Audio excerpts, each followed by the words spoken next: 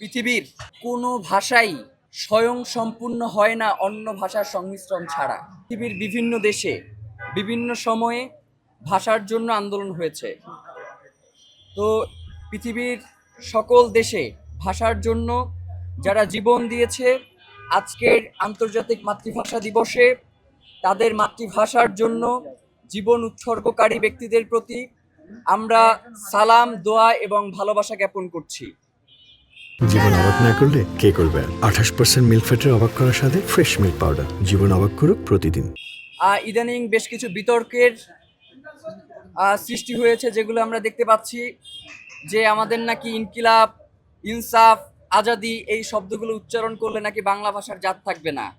বাংলা ভাষা কি আমরা কারো কাছে বর্গা দিছি যে বাংলা ভাষার জাতপাত কি হবে এটা তারা নির্ধারণ করবে? পৃথিবীর কোনো ভাষাই স্বয়ংসম্পূর্ণ হয় না অন্য ভাষার সংমিশ্রণ ছাড়া। আপনি যদি আমাদের বহুল প্রচলিত ইংরেজি ভাষাটার দিকেও খেয়াল করেন, সেই ইংরেজি ভাষার উৎপত্তি ঘটেছে জার্মান ভাষা থেকে, এবং বর্তমানের যে ইংরেজি ভাষা প্রচলিত রয়েছে এর মধ্যে অধিকাংশ শব্দ এসেছে গ্রিক এবং ল্যাটিন থেকে।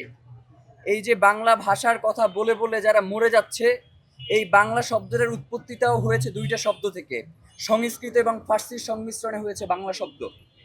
সুতরাং যারা এই শব্দগুলোকে নিয়ে বিভিন্ন ধরনের রাজনীতি করবার চেষ্টা করে, আমাদের কাছে মনে হয় যে তাদের এই শব্দগুলোর প্রতি এক ধরনের বিদ্বেষ থেকেই তারা করে মূলত এই কাজগুলো।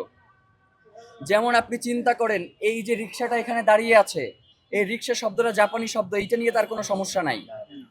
সে তার আব্বারে আব্বা ডাকে, বাপ ডাকে, এইগুলো নিয়ে তার কোনো সমস্যা নাই। কিন্তু আমাদের আজাদির শব্দ, আমাদের ইনকিলাবের শব্দ, আমাদের ইনসাফের যে শব্দগুলো রয়েছে, এই শব্দগুলো তার ভীষণ আপত্তি রয়েছে।